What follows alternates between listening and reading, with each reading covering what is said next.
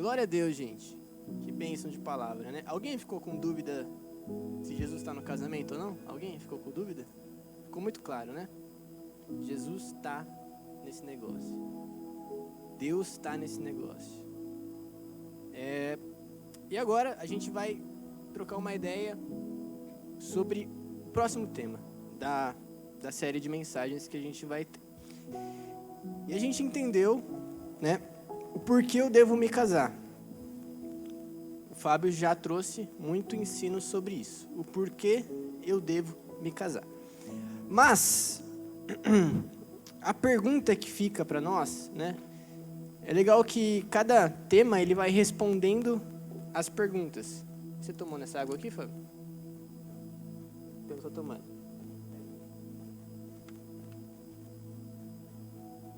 Thank you. E o legal é que cada tema vai respondendo as perguntas que vão sendo geradas nos nossos corações. Então, o Fábio respondeu porque eu devo me casar. Mas, uma pergunta que fica para nós é qual é o propósito do casamento? E o que de fato é um casamento? Para que serve? Qual é o propósito? O que é? E aí a gente volta, né, para a raiz dos nossos desejos. A gente olha, né, para essa decoração maravilhosa, corações lindos, né, apaixonados, coisas de paixão, corações vermelhos, né, algo romântico, maravilhoso. E a gente começa, e é uma coisa mesmo do nosso coração, da nossa alma, da nossa carne, de romantizar o casamento. E aí a gente começa a olhar para o casamento e pensar, não, o casamento, eu estou procurando uma pessoa para eu me casar. Então eu vou procurar uma mulher, aleluia, uma mulher. Amém, gente? Amém? Aleluia. As meninas vão procurar um, aleluia, aleluia. Eu vou procurar uma mulher para eu me casar, e aí eu começo a analisar uma mulher que ela se encaixa perfeitamente para suprir todas as minhas necessidades. E a mulher começa a olhar para o homem que se encaixa perfeitamente para suprir todas as necessidades do homem. E aí a gente começa a entrar em algo que é perigoso. A gente começa a entrar no nosso próprio coração. E a Bíblia diz que o nosso coração é enganoso. E aí a gente começa a olhar a pessoa somente pelas características físicas dela. E a gente começa a olhar, né, para o cara que é o bonzão da igreja, o popular, o cara alto, fortão. As meninas começam a olhar para o cara fortão, o cara que fala grosso. Os meninos começam a olhar para aquela menina que tem, né, os traços finos, angelicais. Começam a olhar para aquela menina que tem as marcas do corpo mais avantajadas. Tudo baseado que na carnalidade, nos desejos impulsivos do nosso coração. E a gente começa a se esquecer do propósito pelo qual Deus estabeleceu o casamento. Primeira coisa que eu quero dizer, que fique bem claro, Deus não nos deu o casamento para suprir as nossas necessidades. Amém? Amém, gente? Então, quando a gente começa a olhar para a pessoa que a gente vai casar, que a gente quer casar, a gente tem que olhar para uma pessoa que sim, que se encaixe naquilo que a gente gosta. É importante. Uma pessoa que eu acho bonita. Uma pessoa que se encaixe, né, em uma pessoa que se dá bem comigo. Mas eu não posso olhar só para isso. Eu tenho que olhar para as características do caráter, as características espirituais. Por quê? Por quê? Porque o propósito do casamento é formar uma família. Amém? O propósito do casamento é formar uma família. Vocês estão entendendo isso? Sim? Posso ouvir um uhul?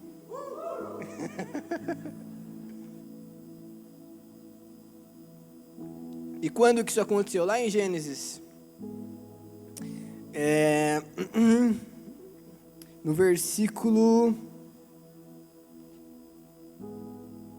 13.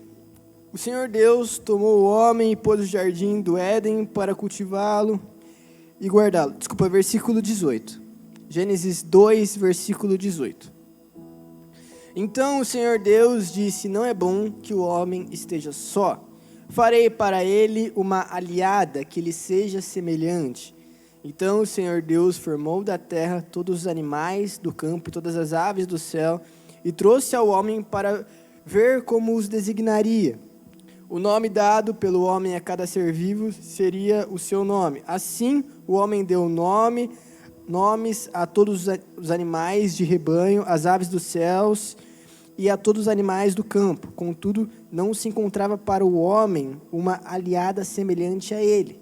Então, o Senhor Deus fez o homem cair em um sono profundo, e enquanto este dormia, tirou-lhe uma das costelas, fechando o lugar com a carne. Da costela que havia tirado do homem, o Senhor Deus fez uma mulher e a levou até ele. Então o homem disse: esta, por fim, é osso dos meus ossos e carne da minha carne. Ela será chamada mulher, porque do homem foi tirada.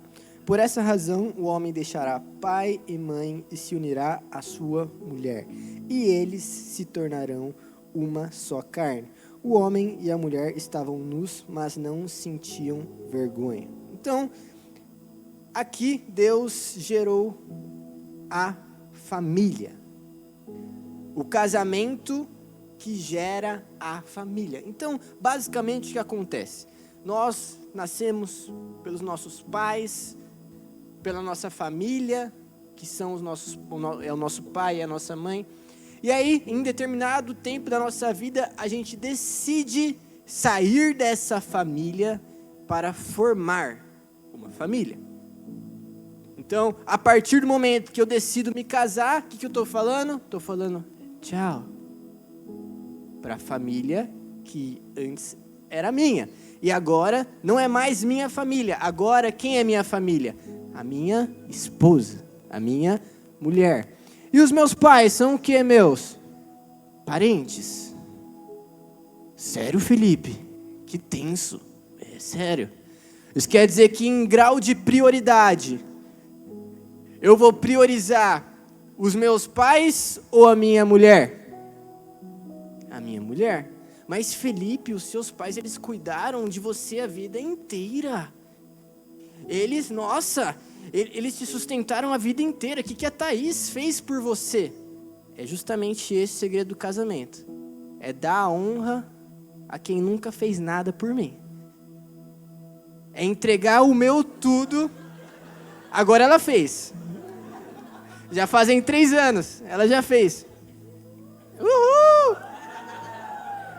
Amém, Thaís? Eu te amo. Você já fez. Não fica triste, não. Mas eu vou dar a prioridade, a honra para a mulher que nunca tinha feito nada para mim.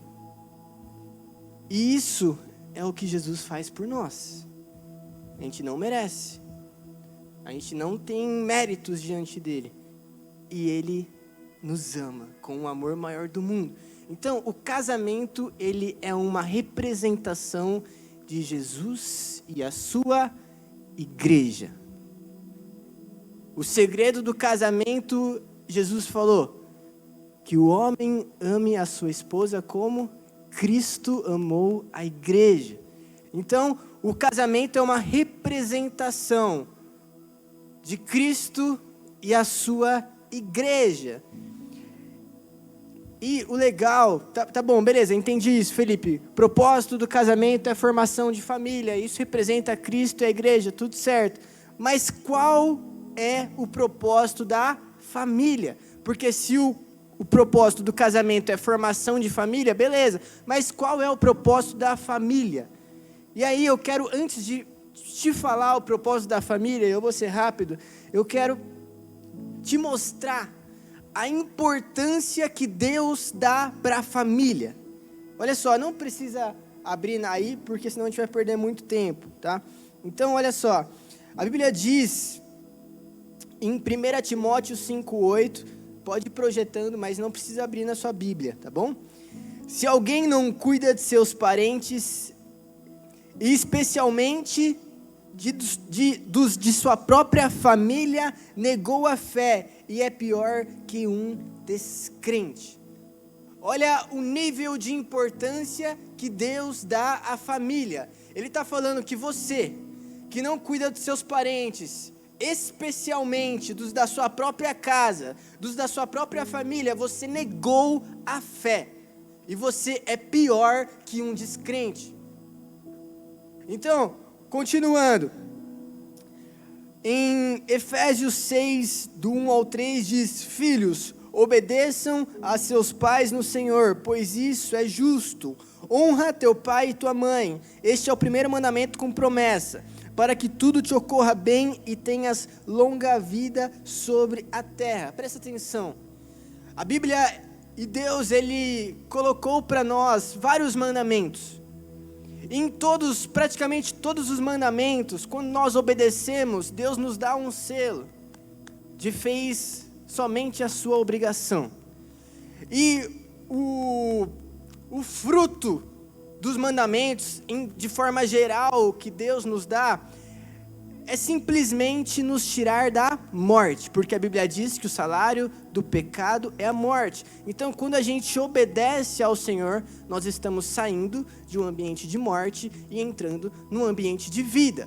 Só que agora, quando Deus começa a falar de família, o negócio é diferente, porque eu não somente saio do ambiente de morte e entro no ambiente de vida, eu recebo um bônus, uma promessa.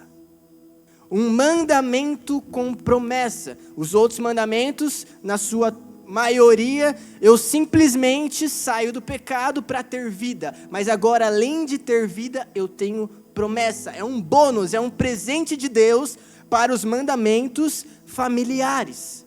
Ele está falando, se você honrar teu pai e tua mãe, você vai ter vida longa sobre a terra.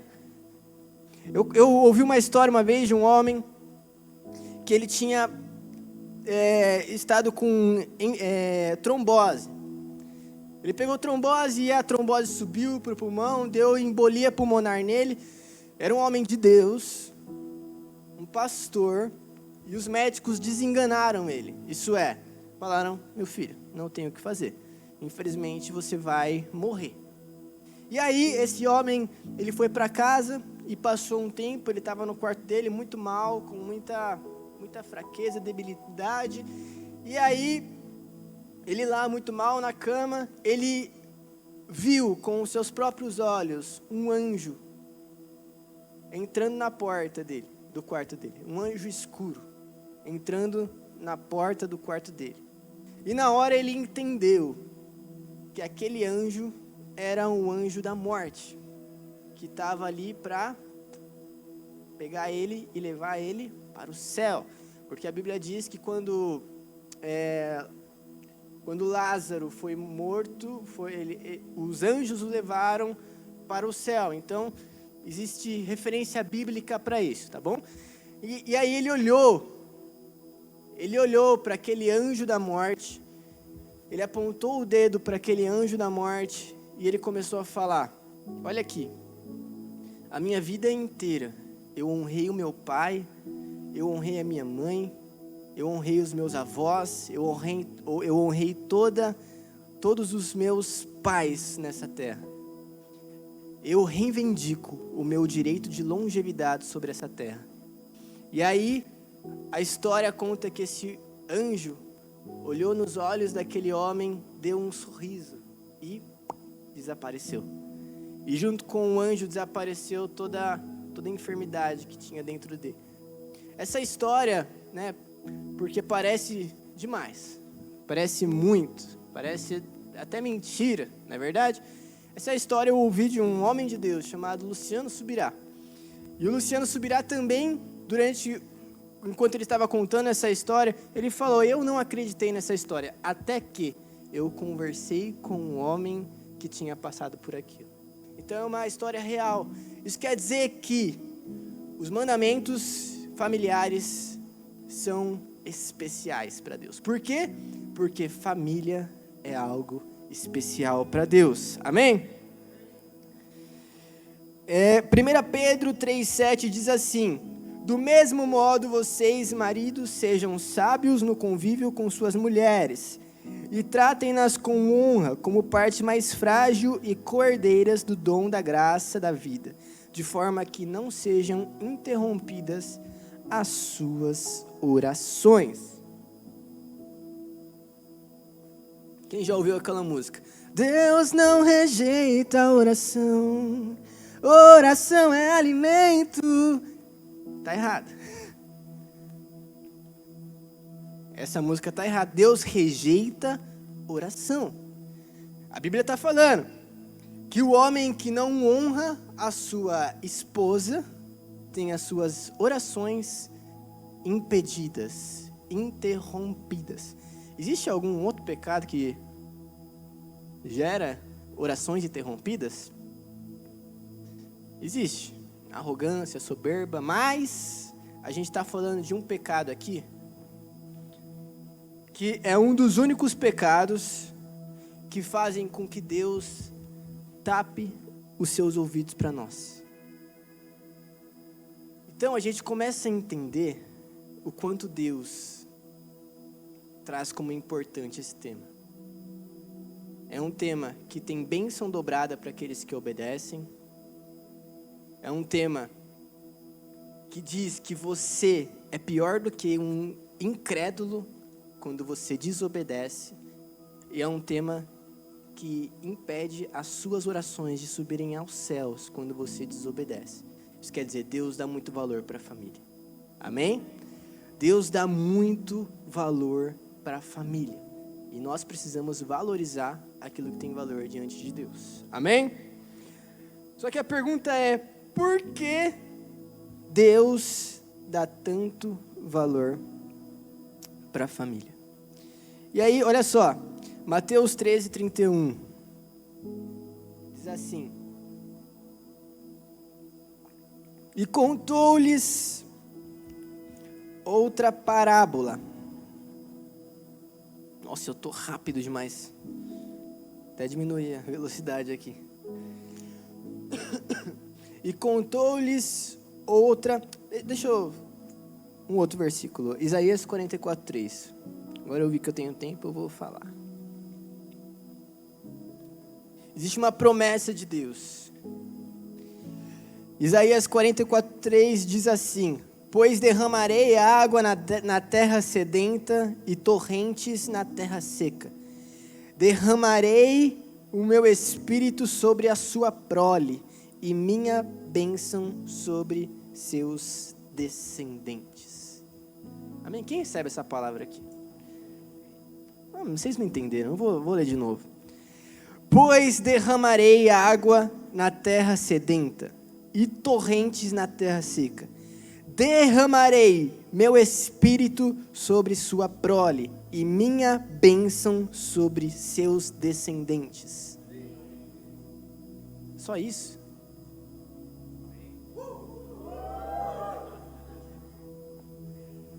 Deus está prometendo que os seus filhos serão abençoados, cara. Que Ele vai derramar do Espírito dele sobre a sua prole, sobre a sua descendência. Bênçãos. A Bíblia diz que se você ensinar o seu filho no caminho do Senhor, ele não vai se desviar. São bênçãos especiais para a família. Bênçãos especiais para aqueles que decidem viver a família segundo Deus. Eu estava falando, né? Por que Deus ama tanto a família?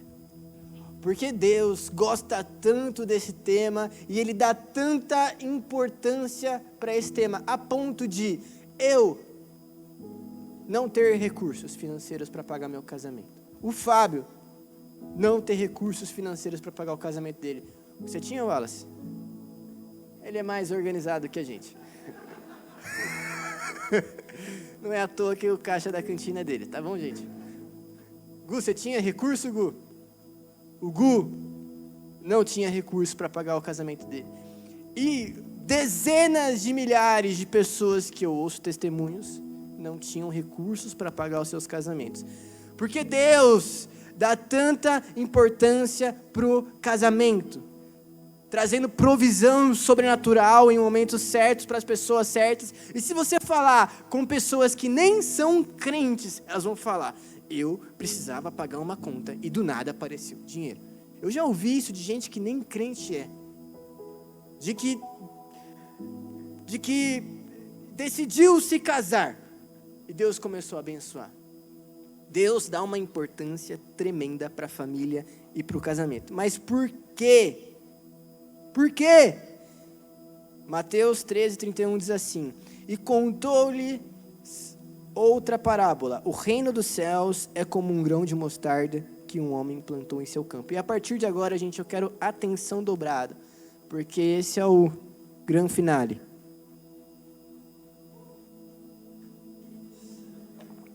Sai daqui. Tô brincando. Atenção dobrada. O reino dos céus é como um grão de mostarda que um homem plantou em seu campo. Para todas as coisas que Jesus ele pega para explicar o reino de Deus, e a Bíblia diz que Jesus veio para a terra para manifestar o reino na terra, o reino de Deus na terra. E Jesus, assim como nessa parábola que ele conta, o reino dos céus é como um grão de mostarda. Ele usa a criação, ele usa o grão de mostarda, ele usa a árvore, ele usa os céus, ele usa os relacionamentos sociais para explicar o reino de Deus. Ele fala: o reino de Deus é como um homem que saiu a semear. Ele fala: o reino de Deus é como um homem que devia 3.000 denários a um senhor. Ele fala: o reino de Deus é como um homem que deu seus talentos. E ele começa a explicar o reino de Deus a partir da criação. Ele fala: os fundamentos da terra manifestam a glória de Deus, o reino de Deus. Isso quer dizer, tudo que você olhar para o seu lado, tudo que você olhar ao seu redor, você pode enxergar o quê? O reino de Deus. A Bíblia diz que Deus não criou as coisas a partir do nada, mas as coisas da terra, elas são uma representação das coisas celestiais, das coisas espirituais, do reino de Deus. Então, quando nós olhamos para a criação de Deus, para o mundo, para os céus, para o mar, né? Quando você está lá no mar, viajando na maionese, na praia, você não começa a sentir um negócio bom? Você pisa na areia assim, e aí aquela vista maravilhosa, aquele mar azul maravilhoso, não dá uma paz? Não traz um aconchego, uma calmaria? Quando você está diante de você está em cima de uma montanha e você vê aquelas montanhas ao seu redor, aquilo não traz meu Deus, parece que eu estou em casa, parece que esse é a minha casa, parece que esse é o meu lugar.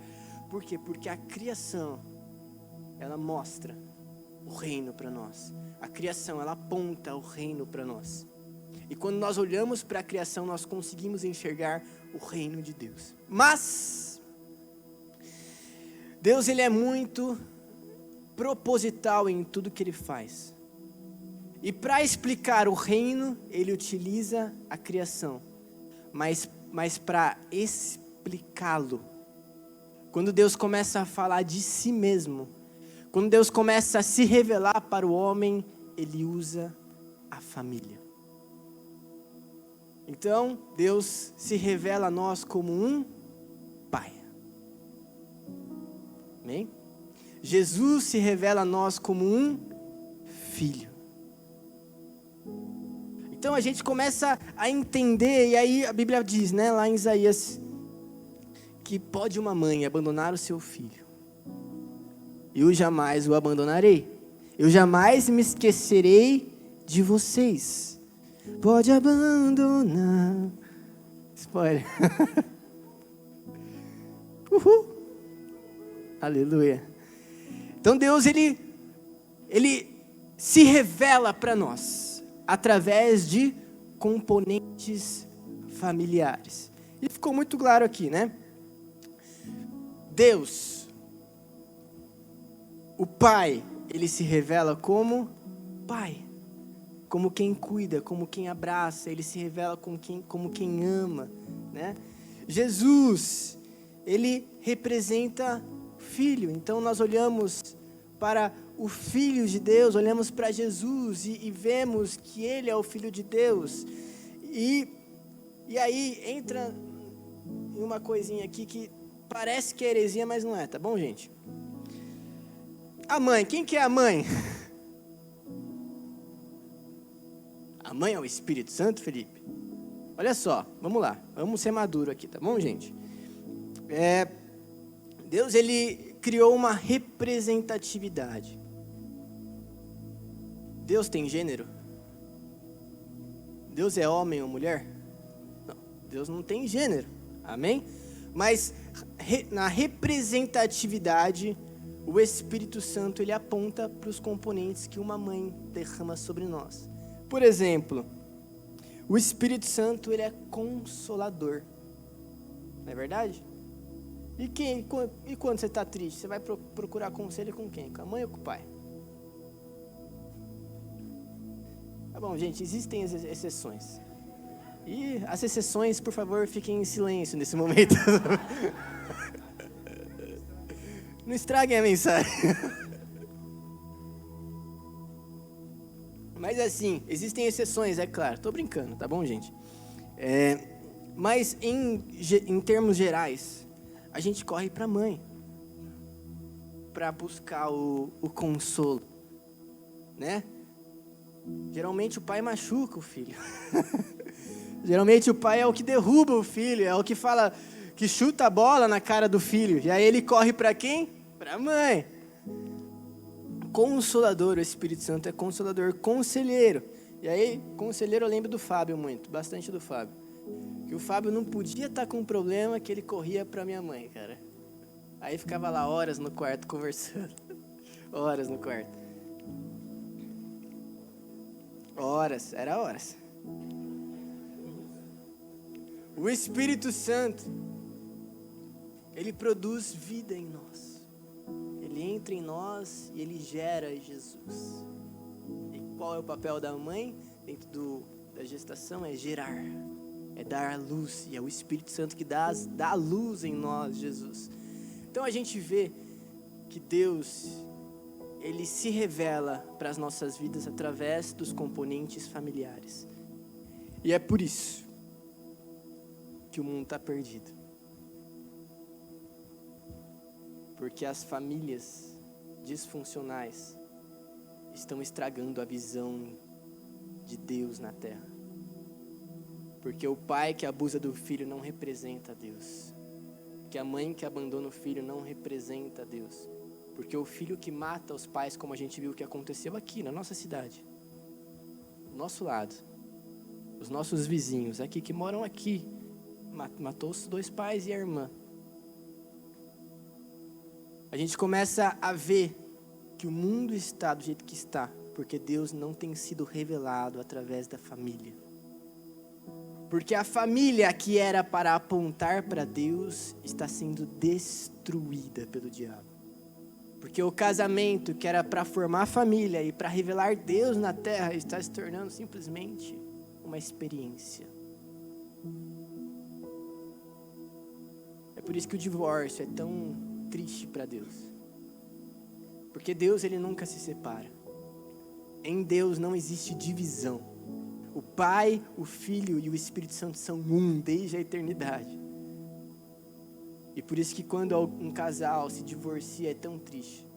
Porque é como se a gente estivesse mostrando para o mundo que Deus, ele divide. Que há divisão em Deus.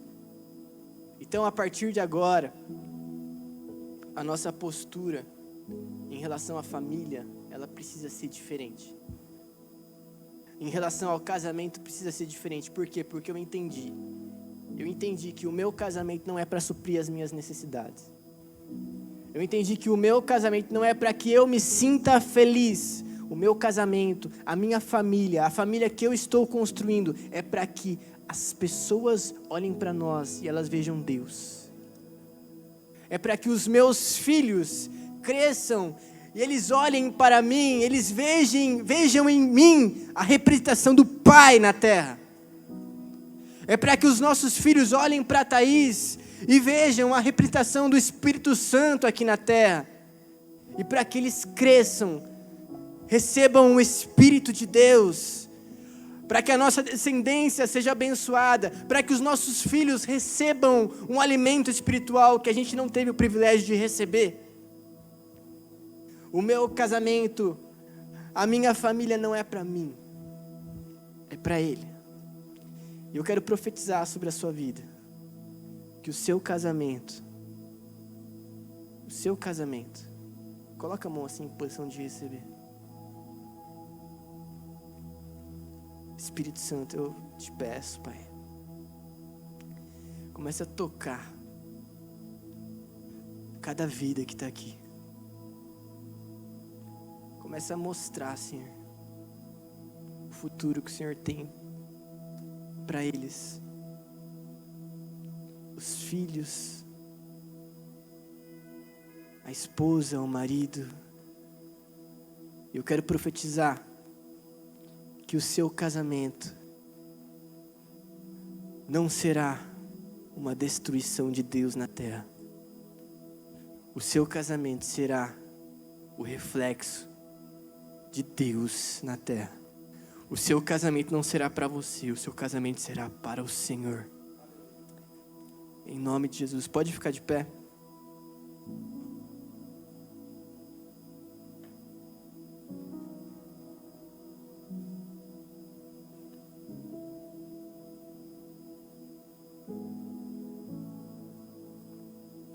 Eu quero que você comece. A gente tem uns minutinhos aqui. Glória a Deus por isso. A gente tem 10 minutos. E eu lembro que quando eu comecei a mergulhar em Deus, eu fui em uma conferência. E durante essa conferência teve um tema que era sobre família e sobre filhos. E eu não tinha nem a pretensão de começar a namorar naquela época. Você me permite, Wallace? Amém? Eu não tinha nem começado a namorar naquela época. Mas eu decidi aceitar o apelo do pregador e eu fui à frente porque eu queria ter uma experiência com Deus nessa área. Eu não tinha entendido ainda o que era uma família. Eu não tinha o conhecimento. Para mim, casamento era só para eu me satisfazer. E naquela experiência, eu fui à frente, eu comecei a orar e eu vi uma mulher nos meus braços e eu vi um bebê nos braços da minha mulher. E eu comecei a chorar, porque foi uma das melhores sensações que eu senti na minha vida. Deus, era como se Ele tivesse me levado para o futuro e possibilitado eu sentir o que era ser um pai de família, um homem de uma esposa, um sacerdote de um lar. E foi uma das experiências mais gostosas que eu senti na minha vida. A gente tem alguns minutinhos e eu queria falar com você que ainda não foi despertado para isso. Você pode ter uma experiência com Deus em relação a isso. Eu não estou falando que você vai ter uma experiência, estou falando que você pode ter. Então comece a orar e pedir para o Senhor. Eu não vou chamar você para vir aqui à frente, mas eu quero que você tire um tempo de oração com o Senhor. Comece a pedir para Ele. Deus, me dê uma experiência nessa área. Eu quero ver. Eu quero entender. Eu quero que essa revelação ela caia no meu coração.